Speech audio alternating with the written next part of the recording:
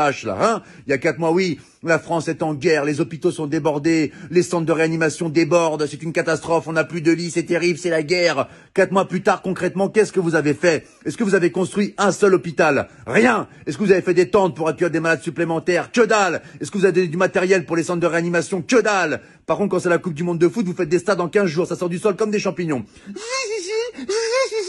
Les stades, ils les font en 3 semaines. En Chine, ils ont fait un hôpital en 10 jours. Nous, ça fait 4 mois, on n'a même pas des couvertures en plus. Un oreiller non plus. Bon, bah écoute, c'est super, hein, vive la France. Et arrêtez de nous balancer de la poudre aux yeux pour camoufler vos incompétences à parler de l'islam H24, c'est terrible. Les femmes voilées, les piscines séparées pour les femmes, le séparatisme, les extrémistes, les hommes qui se douchent en caleçon après, c'est un signe de radicalisation. Vous allez arrêter de casser les couilles aux musulmans, mais c'est quoi ce bordel? Là, si ça continue à ce rythme-là, ils vont dire que le coronavirus, il a muté et que les musulmans ont créé une bactérie qui s'appelle le Hamid-19. Nous sommes avec Jérémy qui a été infecté par le Hamid-19. Pouvez-vous nous raconter votre calvaire, Jérémy? Bah, ça a commencé par la barbe qui pousse toute seule, alors que je suis un berbe à la base, donc c'est un peu incohérent, vraiment. Et après, les premiers symptômes, j'ai dit des mots d'arabe en pleine nuit. Je me réveillais, Allahu Akbar!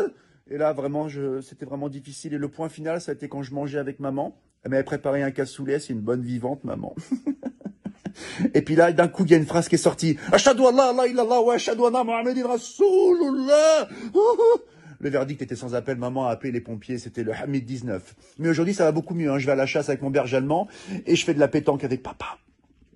Voilà, c'était Jérémy qui a été infecté par le Hamid 19.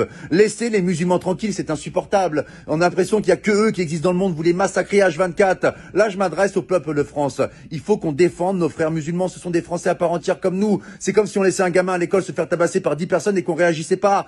Il faut qu'on les défende, d'accord? Les médias se servent d'une minorité pour salir une majorité. Ils leur cassent les couilles. La plupart des musulmans, ils sont en France, ils sont sans problème, on les entend jamais. Ils veulent une vie tranquille comme vous, comme moi, comme nous tous. Laissez les musulmans tranquilles. Et là, c'est pas un rebeu, c'est pas un Renoir qui vous parle. C'est un blond aux yeux bleus qui vient de Bretagne et qui t'emmerde, espèce de facho de merde. Ah oui, attention, j'ai fait du Krav Maga, moi je te nique ta